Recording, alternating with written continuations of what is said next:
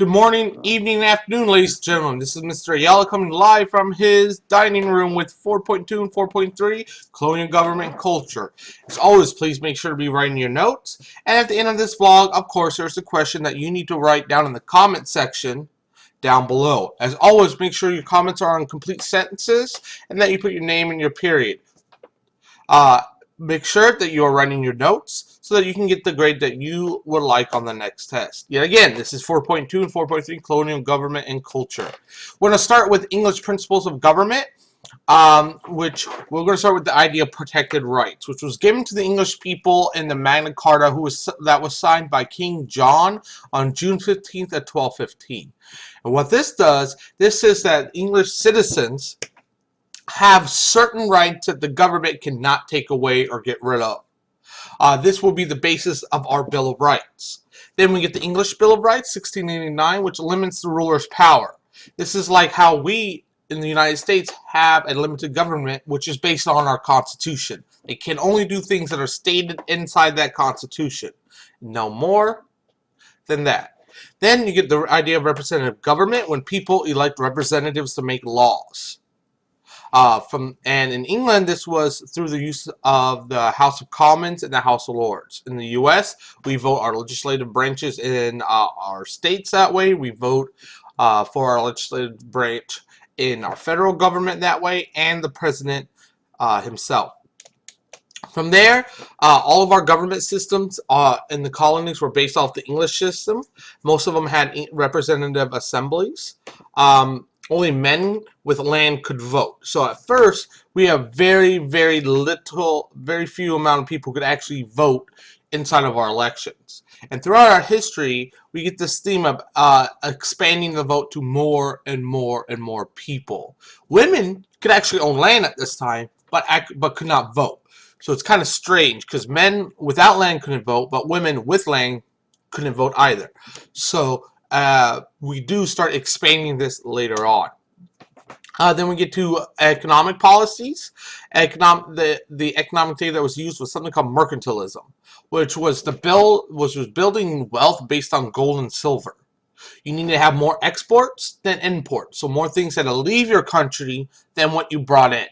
In the U.S. in modern times, we're not like that. We actually import. We bring more things into the U.S. than we actually export out, which is an issue with that we have in the U.S. The colonies were used for raw materials. And because England, under the economic theory of mercantilism, wanted to control trade, they passed this thing called the Navigation Act, which forced all English colonists to only sell raw materials to England. No manufacturing and no selling to anyone else.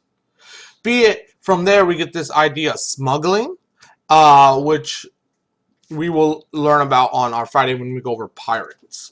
4.3, life in the colonies. So immigrants were important to the growth of the American colonies, and they adapted to their new lives and to the culture of America.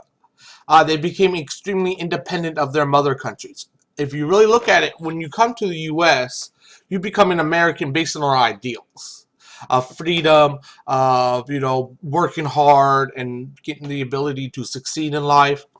And the idea of what's happened in England or Germany or anything like that started to disappear. We had large epidemics of things like smallpox, plague, and other diseases because of all these immigrants from all over the world bringing all these diseases over here. Men were the formal heads of a household. Sons were usually apprenticed or given out to craftspeople or other artisans to learn a skill. Women usually ran the house. And women could also run a business and own property, but they still couldn't vote. So women were more or less doing every single thing a man could do except for vote, which is what makes you a citizen. So without that ability to vote, what the government is saying is that your voice does not matter, which is why the U.S., we expand it quite often. We get American beliefs. First thing was education is valued by most colonists. Like today, education is valued. So, because without education, especially at this time period, you weren't able to read. And if you remember our backdrop from the Puritans and the Pilgrims up in New England, the idea of public education starts with the idea of making sure that everyone can read the Bible, because that was the most important thing in colonial America, especially in New England. Further, as we get further along in our history, the idea of our education system changes. Later, we had math, so that you are able to, and arithmetic, so you're able to run a business and control your life. Then, in the early 20th century, we add science and history, so that you can become a better citizen in the U.S. Now, our whole education system is based on the idea to make sure that you're ready for a career or college right after 12th grade. From there, we get the idea of the Great Awakening, or a rebirth of Christian religion in the colonies. This emphasized the idea of greater religious freedom, that you didn't actually have to go to church on a Sunday to be a Christian. You didn't have to read the Bible to be considered a Christian. You didn't have to do all the things that the Puritans, the Anglicans, the Lutherans, the Calvinists believed. You actually had that choice, and you still be considered a Christian. Two major examples are Jonathan Edwards and George Whitefield. Then we get to the idea of the Enlightenment. And the Enlightenment was a movement in the mid-1700s that spread the idea that knowledge, reason, and science could improve society. Right here we got one of the best examples, which is Benjamin Franklin. And the Enlightenment promoted the freedom of thought and expression, a belief in equality, and the idea of a popular government. So the idea that you can outthink and you can figure out what is wrong with society and what's wrong with the world, figure it out, and then try to fix it, all starts from this period known as the Enlightenment. We also get some new ideas of freedoms, like the idea of freedom of the press. And what was happening is in the colonies, censorship was starting to spread. Or they were banning materials that contain unpopular or offensive ideas. So if your royal governor, if the people in power disliked what you actually wrote in your newspaper or what you stated, or what the town crier yelled and screamed in the town hall or in the town center, you were arrested and thrown in jail. And the best example of that is in 1733, we get a gentleman named John Peter Zenger. He had a newspaper.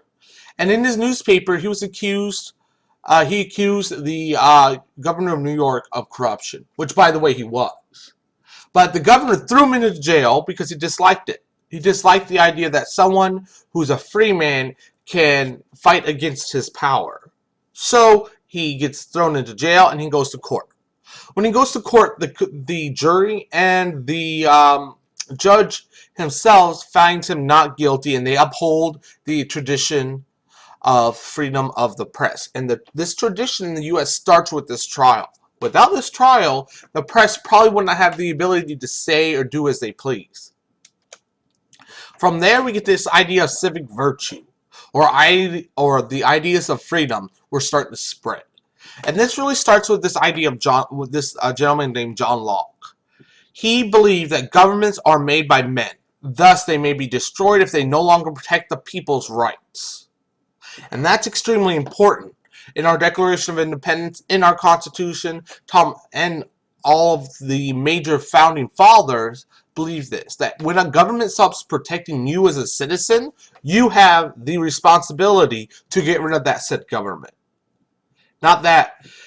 So that's a major, major threat. At the time, if you didn't like your government, you just had to live with it. This changes that idea.